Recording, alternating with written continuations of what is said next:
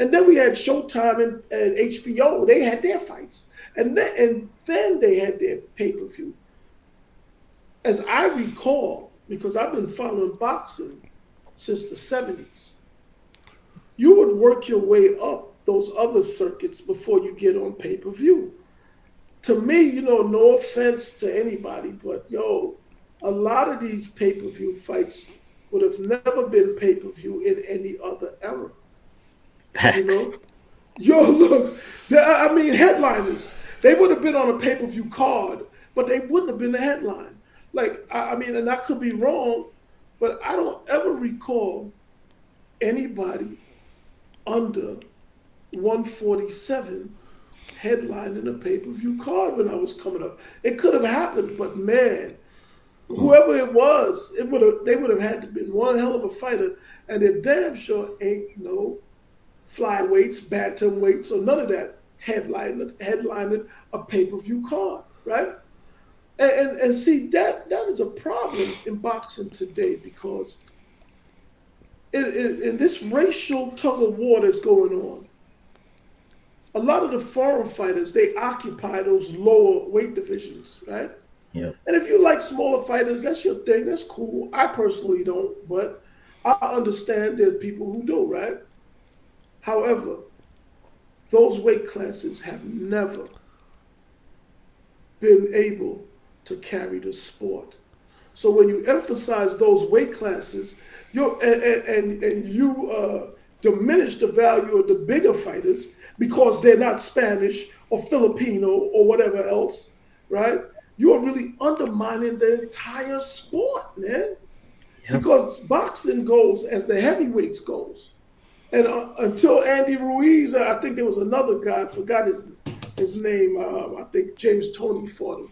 I had never seen Mexican heavyweights until like in the last decade or so. You know what I mean? Like, Yep. yo, it's like, and I don't have anything against Mexican heavyweights, but the truth of the matter is, boxing goes as the heavyweight division goes. And my observation, this is just my opinion, is that um, after Lennox Lewis, the heavyweight division has been kind of flat. And that's why people like Floyd and Canelo and Pacquiao became so big in boxing because there were no big men who could pick up the flag and run with it. And that's also why an opening was made for UFC. UFC could have never started in the 90s. Never. Never, ever. Right. Yo, look. And people don't understand the correlation there. Boxing is about the big men. And the little guys are like the appetizers, right? Even when they're good. You put, I mean, every now and then you get the Sugar Ray Leonards and the Marvin Haglers and Tommy Hearns, but for the most part, it's about the big men. And we haven't cultivated big men. And I think there was a conscious shift away from big men because someone like Bob Arum, who was out hustled by someone like Don King his entire career, he understood why Don was beating him. So he shifted the focus. So I guess now to try to make sure that Al Heyman can't beat him the way Don beat him, but I think it's a little late for that. Jay, you got any more questions? I got a question for you, Curtis. So when you said you started looking at boxing like in the early 70s, what was Yes. the first fight that you remember, and what brought you to boxing that galvanized that made you be like, I gotta get into this and just be Man, part of it? I know you're in New York, so I know you had a lot of boxing up there, look, streets listen, and man. whatnot. I was born in '64, right? And so in '71, when Ali fought, I couldn't believe when he lost.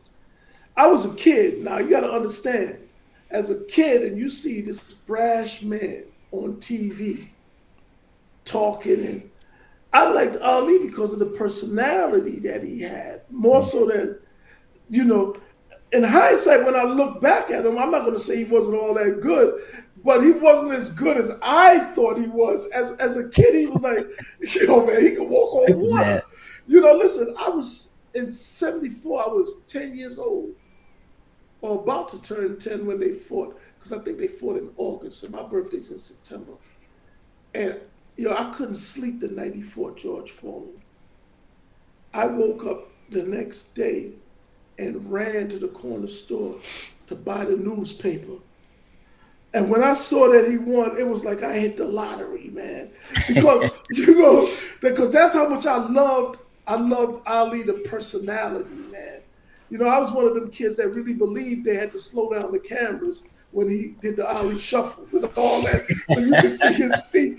I mean, but then as I got older, man, it was always Ali, but Hagler and Hearns. That kind of brought me back, because that's one of the sickest 3 rounds of boxing to this day. If that don't bring you back, you know what I'm saying? Yeah. And then of course, a few years after that, it was Iron Mike. And Tyson. I mean, Tyson took the whole country took the world by storm, for real, until he messed up. But yeah, that was my thing with boxing. My first major live fight was Tyson against Ruddock 2. I had drove to Vegas from LA, and to be honest with you guys, I've said it before, but I really liked when they fought outside at Caesars and the Mirage. The atmosphere, I wasn't there, but I can only imagine what it might have been like in the Roman Colosseum. It was incredible back then. You know what I mean? Like, gladiators.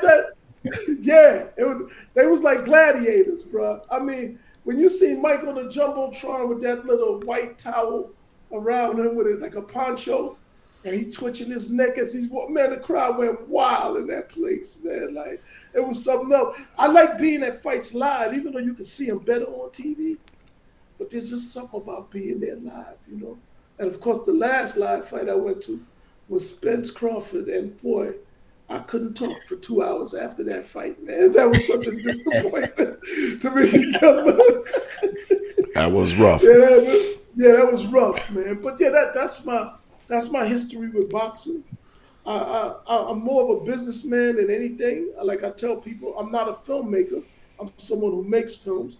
But most importantly, man, at this stage of my life, I try to represent Black men as best I can. And I try to make sure we're represented as best that we should be. We're not perfect. And when we do wrong, we got to be held accountable like anybody else. But man, we ain't all bad. And you ain't just going to talk bad about us on my watch. And that's another thing, a standard that I'm setting. I'm not out here to go back and forth with these idiots, but sometimes I got to show them that they are idiots, the Rick Glazers of the world and the rest of them.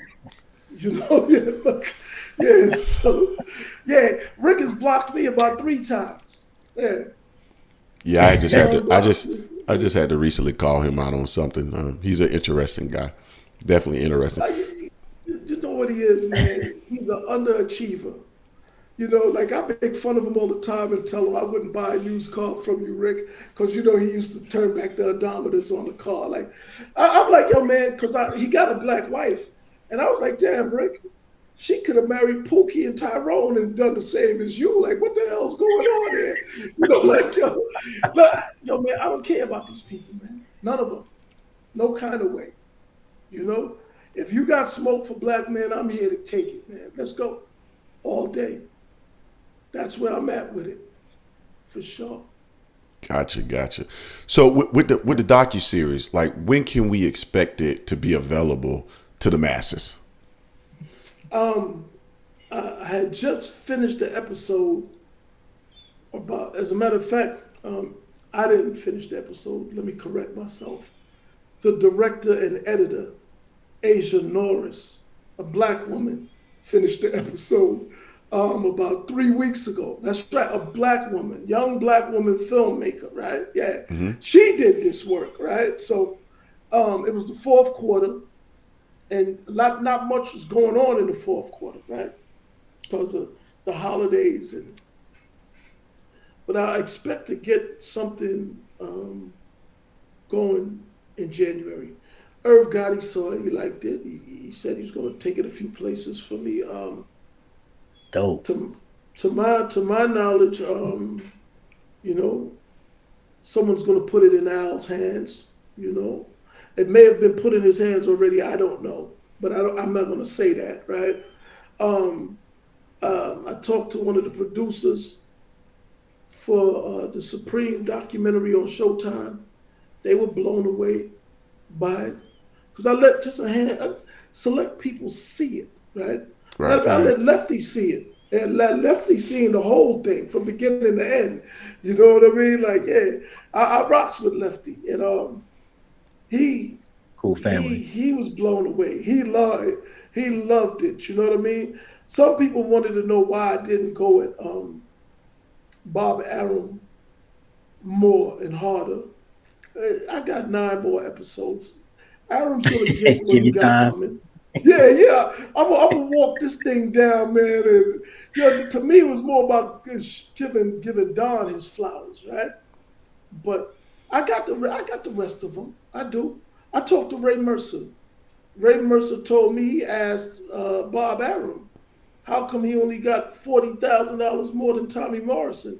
And Bob Arum told him because he's white, Ray. Because he's white.